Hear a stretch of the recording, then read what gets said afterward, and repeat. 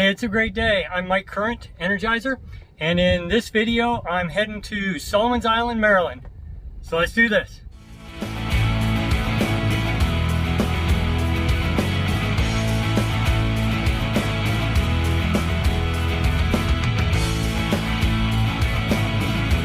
Well, I'm motor sailing right now. I got all three sails up. The wind looked pretty promising when I was leaving Middle River this morning, but as soon as I got the sails up, it pretty much died. So I'm hoping it'll pick up soon. We had a bad storm come in last night, and yeah, so now this is kind of the calm after the storm. So hopefully I get something a little later that I can sail.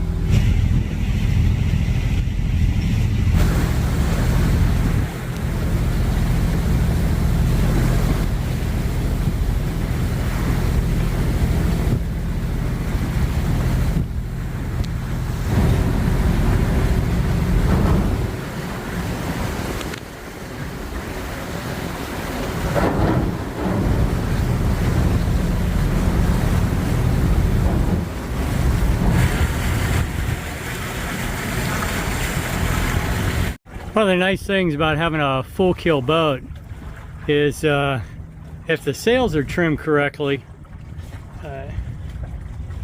you can just tie off the wheel and go below, do your stuff. You don't even have to turn on the autopilot. It'll just keep a good course, pretty much. Today is all about backtracking. Since I started this trip 3 weeks ago, each move has been heading north out of Deal, Herring Bay. And so now I'm going back down south, down the Chesapeake Bay, past Annapolis, past Herring Bay, and then over the next couple days, hopefully on to Solomon's Island, which is, I don't know if it's midway down the Chesapeake Bay, but it's pretty close. Came under the bridge. After the Annapolis Bay Bridge going south, the bay widens out quite a bit, and I was hoping I'd pick up a little bit more wind.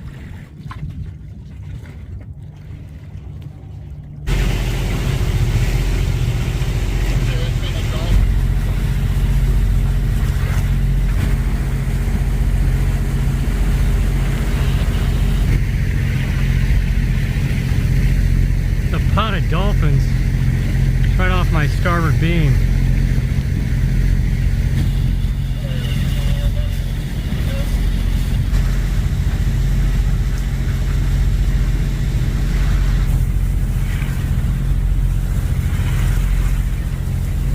Because I had to use my phone as my chart plotter, I was not able to film going into Back Creek and into Solomon's Island.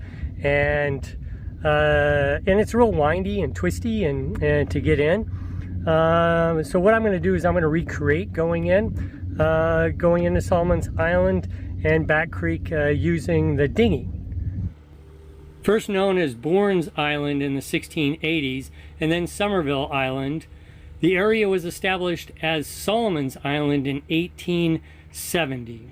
It was a shipbuilding hub, most notably for the bug-eye, a precursor to the skipjack, and then in the late 1800s an oyster canning facility along the Patuxent Bay. In World War II, as it served as a Navy training area. And then lastly, it is now a tourism destination along the western shore of the Chesapeake Bay. With its strategic location along the Chesapeake Bay, its small town charm, and the many marinas, Solomon's Island is less of a secret spot for sailors and more of like returning to visit an old friend. For folks living in the Washington, D.C. and Baltimore area, Solomon's Island is a popular weekend destination with its fine restaurants and drinking establishments and its pristine boardwalk along the Patuxent River.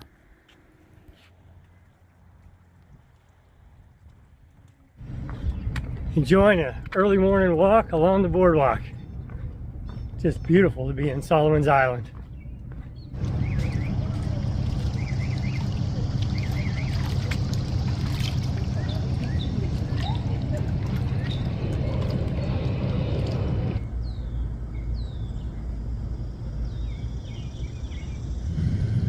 This is the southern point of Solomon's Island. Looking out the Patuxent River, the mouth of it, right down there, and then out into the bay. And right over here, the Patuxent Naval Air Station. And right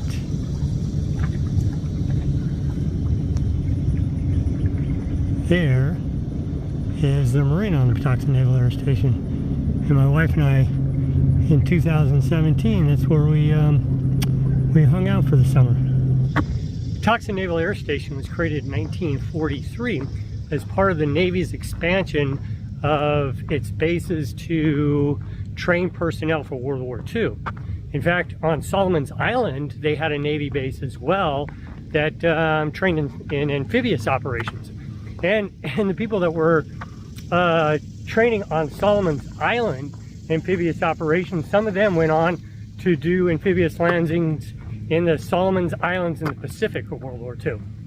Now, one of the schools they had on the Naval Air Station is the test pilot school for the original astronauts or graduates of that, to include Alan Shepard, the first American to go into space. The house behind me is on the tip of Solomon's Island. It was built in the 1780s, but it was purchased by Isaac Solomon and lived in by him when he purchased the island in 1865 and developed the first oyster cannery on the Patuxent River. You can see the schools of fish coming in.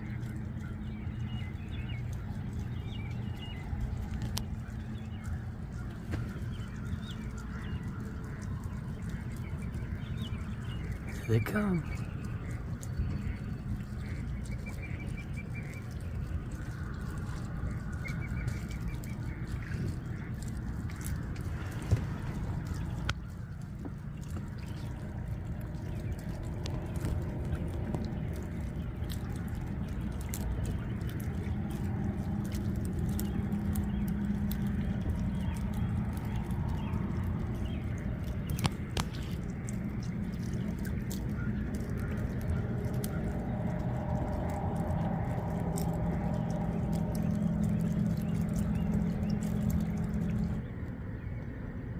Now this is why I scrubbed the bottom of the boat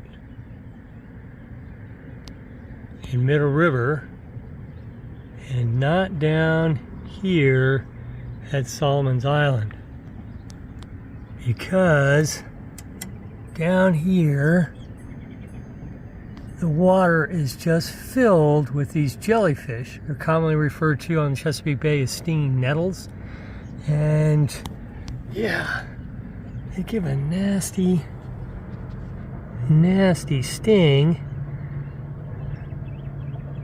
So it's not good to be in the water wherever they're at.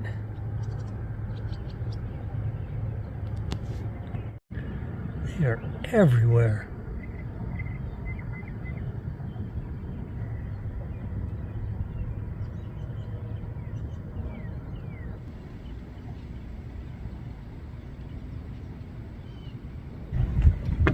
Little crab swimming along. What was your favorite spot on your trip? Favorite spot? I think St. Mary's River. St. Mary's? Love the St. Mary's River. Really? Oh, I like the Wichita one. Chippity-Wichity Island. Yeah. Yeah, we went up there. Chippity-Wichity Island. Chippity-Wichity Island, up above St. Mary's City. It's so calm and it's beautiful. Okay. Like that.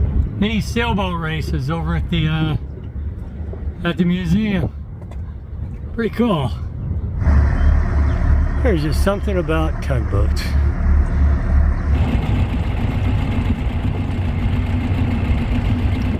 This is an example of how you grab a mooring ball. It's a lot easier when you have more than one person aboard. You let it. Yeah, he lost his momentum. Lost the ball. So I'm going for it again. Trick is to come from downstream and have the boat lose its forward momentum as you touch the ball. Now he's going a little bit too fast. He's got to put it in reverse. His boat's pretty small, and so it's light, so the momentum is pretty easy to dissipate. My boat weighs 25,000 pounds, so it goes on. Here's another boat trying to attempt it. Two boats are about the same size, so they're probably together.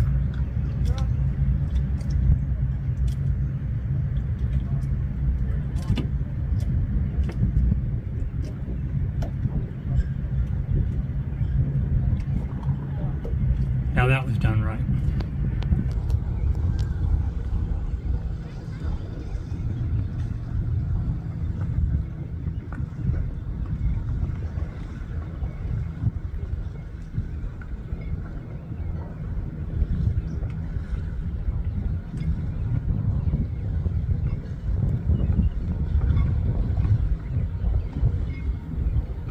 A source of entertainment for most boaters is to watch other boaters either anchor or take a mooring ball. If it's done correctly, the pair looks like they're doing a dance. However, if either person starts to panic or they don't work together, then it can look like a train wreck. And sometimes the dialogue between the two can even be heard all the way across the anchorage.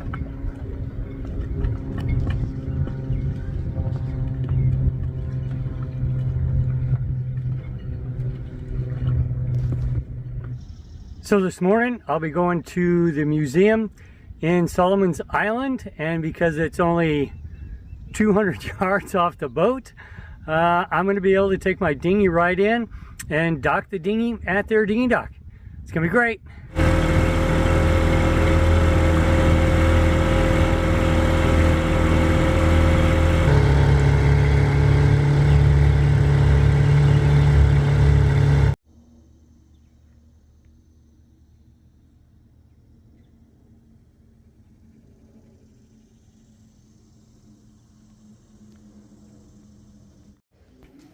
The Calvert Marine Museum was established in 1970 and focuses on prehistory, natural history, and maritime heritage.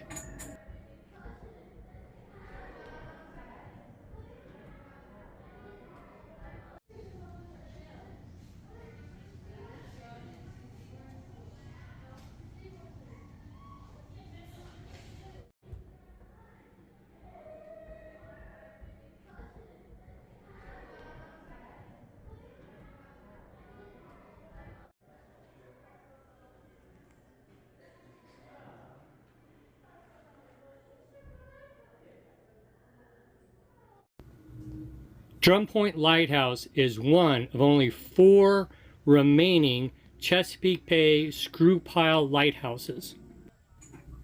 Built in 1883, the lighthouse served for 79 years as a beacon at the mouth of the Patuxent River.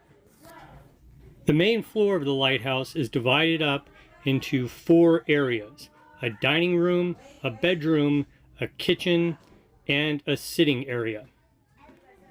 In 1974, the Calvert County Historical Society acquired the lighthouse and moved it in one piece to the museum.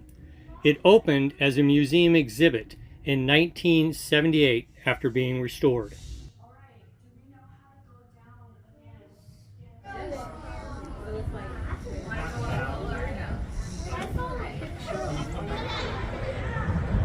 It's an old skipjack. Skipjack is a shallow drafted boat to help sail the shallow waters of the Chesapeake. So one of the must-dos when visiting Solomon's Island is a trip to Coney Island, or rather, Cone Island. Cone Island serves the best soft serve ice cream on Solomon's Island, and it's right on the boardwalk.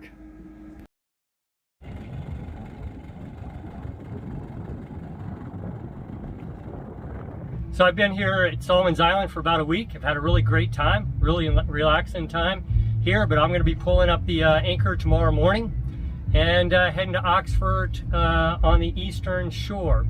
But I've had a great time. But to go out with a bang, the museum puts on a summer concert series, and tonight Lee Brice, country music singer, will be performing. He has 8 hit singles he's had on the country music charts, and I don't think there's a military person alive that when they hear the song "I Drive Your Truck" doesn't get choked up. So yeah, I get to go out with a bang, listen to the music right off my boat because it's only 400 yards away. I'm going to listen to that and get a good night's sleep. Be off tomorrow morning. See you next time.